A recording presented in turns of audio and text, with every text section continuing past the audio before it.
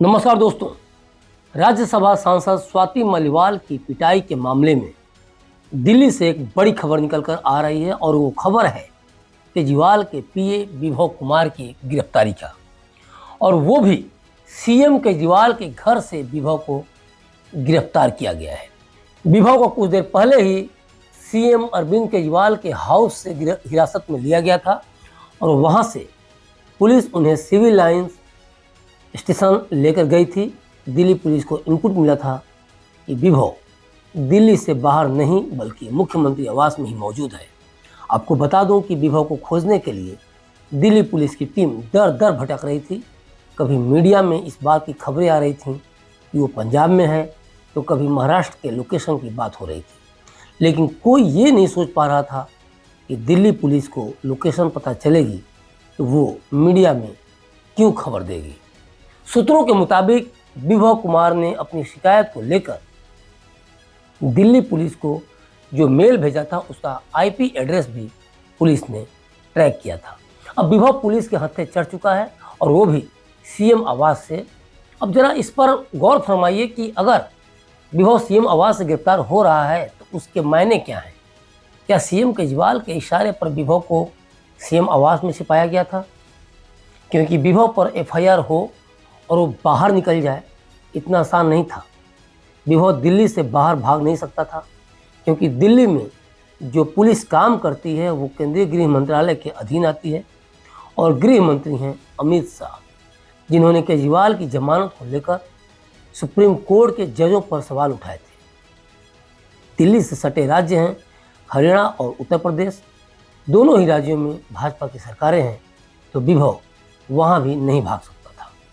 Click India ने पहले ही कहा था कि मांग कर चलिए कि स्वाति मालीवाल के मामले में जिस तरह से तेज़ी से अपडेट्स आ रहे हैं उसमें बहुत कुछ बड़ा होने वाला है, और हुआ भी वही। शुक्रवार की शाम 4:40 पर एफएसएल की एक टीम मुख्यमंत्री आवास पर जांच के लिए पहुंची। साथ में दिल्ली पुलिस की भी टीम मौजूद थी। करीब आधे घंटे के बाद यानी 5:15 पर एफएसएल की टीम अपनी जांच के बाद वापस लौट गई। तकरीबन सवा घंटे के बाद यानी 6:15 बजे एफएसएल की टीम अपनी अत्यधिक और हेवी इक्विपमेंट के साथ वापस मुख्यमंत्री आवास पर पहुंची, और इस दौरान वहां पुलिस टीम भी मौजूद थी। इसके करीब 8 मिनट के बाद यानी 6:23 पर दिल्ली पुलिस की टीम स्वाति मालीवाल के साथ मुख्यमंत्री आवास पर पहुंची।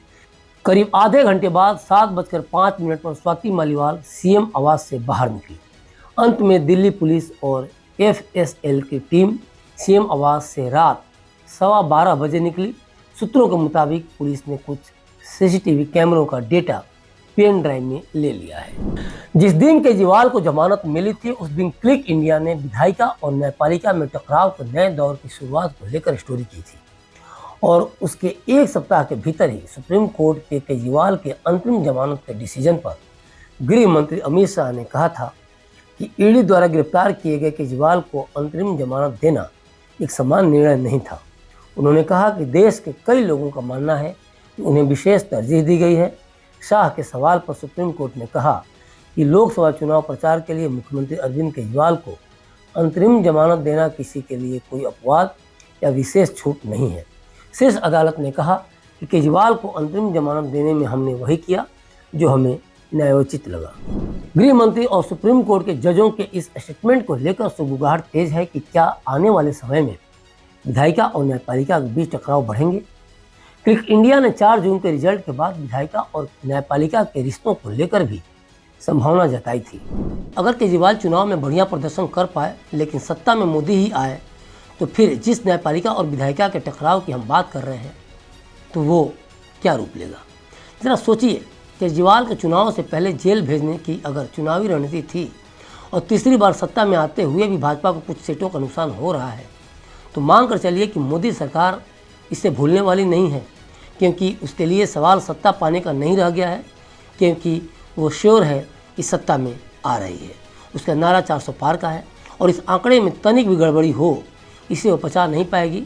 तो ये तय है कि 4 जून को सिर्फ रिजल्ट का इंतजार नहीं रहेगा बल्कि न्यायिक सुधार का भी इंतजार रहेगा, और यह सब कुछ उस पर निर्भर करता है कि केंद्र में सरकार किसकी बनती है। इन सबके बीच एक गंभीर सवाल ये उठ रहा है कि एफआईआर के अनुसार जब स्वाति मालीवाल को विभव बुरी तरह से पीट रहा था तो मुख्यमंत्री घर में ही थे, लेकिन क्या उनके कानों तक आवाज़ नहीं गई या कुछ उन्हें पता ही नहीं चला।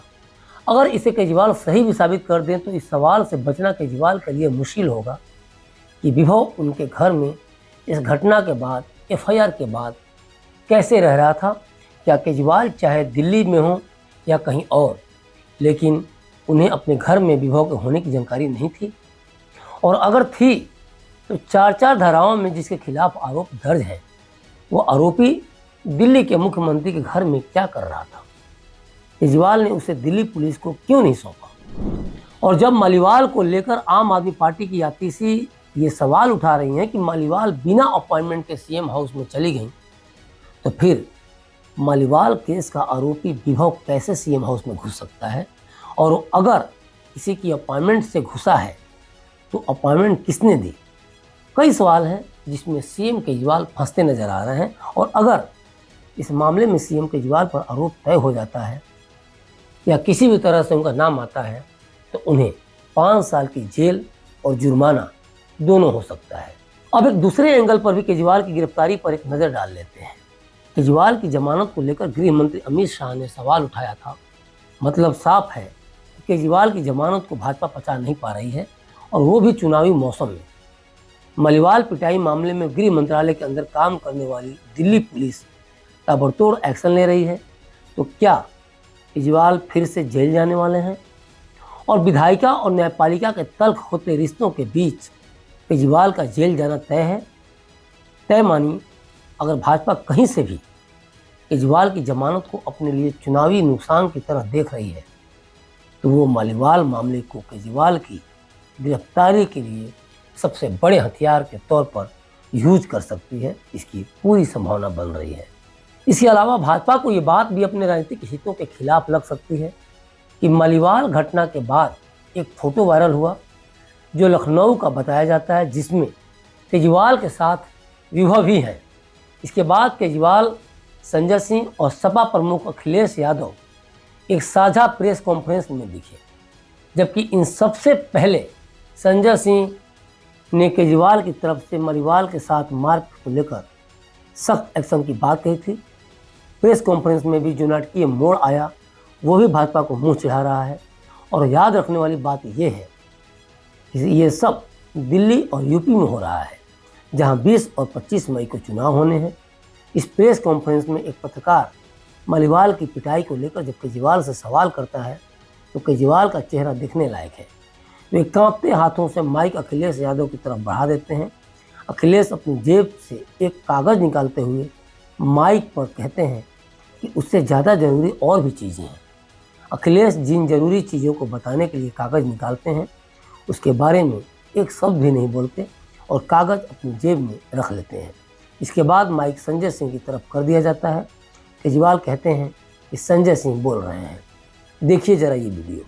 अरविंद जी, स्वाति मालीवाल के मामले में अभी तक आप कुछ बोले नहीं है।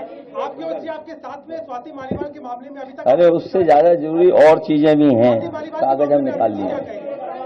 अरविंद जी, आज आपके साथ में वो है, आज आपके साथ में भी आए हैं आपके। भाजपाई किसी के सगे नहीं है। क्या बोलेंगे स्वाति मालीवाल के मामले में, क्या बोलेंगे आप? ये है कि भाजपाई किसी के सगे नहीं है और भाजपाई झूठे मुकदमे लगाने वाला गैंग है। केजरीवाल जी आपके साथ घूमने के लिए क्या कहेंगे? हाँ बोलो। बोल रहे हैं, बता रहे संजय जी, आपने बात कही थी। पूरी घटना के बाद स्वाति मालीवाल ने एक ट्वीट किया है जिसमें वे एक वायरल हो रहे वीडियो को लेकर कह रही हैं कि हर बार की तरह इस बार भी इस राजनीतिक हिटमैन ने खुद को बचाने की कोशिशें शुरू कर दी हैं। अपने लोगों से ट्वीट्स करवा के आधी बिना संदर्भ की वीडियो चला के इसे लगता है ये किस अपराध को अंजाम दे के खुद को बचा लेगा। कोई किसी को पीटते हुए वीडियो बनाता है भला? घर के अंदर की और कमरे की सीसीटीवी फुटेज की जांच होते ही सत्य सबके सामने होगा। जिस हद तक गिर सकता है गिर जा, भगवान सब दिख रहा है। एक ना एक दिन सबकी सच्चाई दुनिया के सामने आएगी। मालीवाल का यह ट्वीट किसकी तरफ इशारा कर रहा है? ये राजनीतिक हिटमैन है कौन? केजरीवाल के पीए विभव तो राजनीति में है नहीं, तो क्या यह इशारा केजरीवाल की तरफ है? मलिवाल कहती हैं कि हर बार की तरह इस बार भी इस राजनीतिक हिटमैन ने खुद को बचाने की कोशिशें शुरू कर दी हैं। मलिवाल का ये इशारा किसी न किसी राजनीतिक की तरफ ही है, क्योंकि पूरी घटना में 2 लोगों का ही नाम मीडिया में शुरू से ही आ रहा है, एक केजरीवाल और दूसरे उनके पीए विभव। और विभव का नाम तो एफआईआर में आ गया है, तो उनके बचने का तो सवाल ही नहीं है। फिर कौन है जो खुद को बचाने की कोशिशें कर रहा है? तय मानिए आने वाले समय में दिल्ली पुलिस की पूछताछ में मलिवाल के बयान में केजरीवाल का नाम भी आ जाए तो इससे इनकार नहीं किया जा सकता। और जो कुछ भी होगा दिल्ली में लोकसभा चुनाव के पहले होगा, जो 25 मई को है। चीज़ें बहुत क्लियर हैं।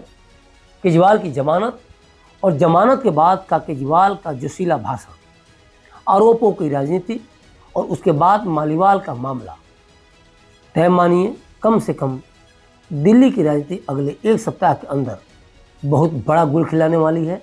और अगर बीजेपी ये भी सोचकर आगे बढ़ रही हो कि केजरीवाल जेल में रहकर बीजेपी का उतना नुकसान नहीं कर सकते जितना कि वे जेल से बाहर रहकर अपने भाषणों में अमित शाह, योगी और पीएम मोदी पर हमला करके करेंगे, और अगर बीजेपी ऐसा सोच रही है या केंद्रीय गृह मंत्री की आंखों में केजरीवाल की जमानत खटक रही है और दिल्ली पुलिस की जांच में मलिवाल की पिटाई के मामले में केजरीवाल की मिलीभगत दिखी, तो तय मानिए केजरीवाल गिरफ्तार भी हो सकते हैं।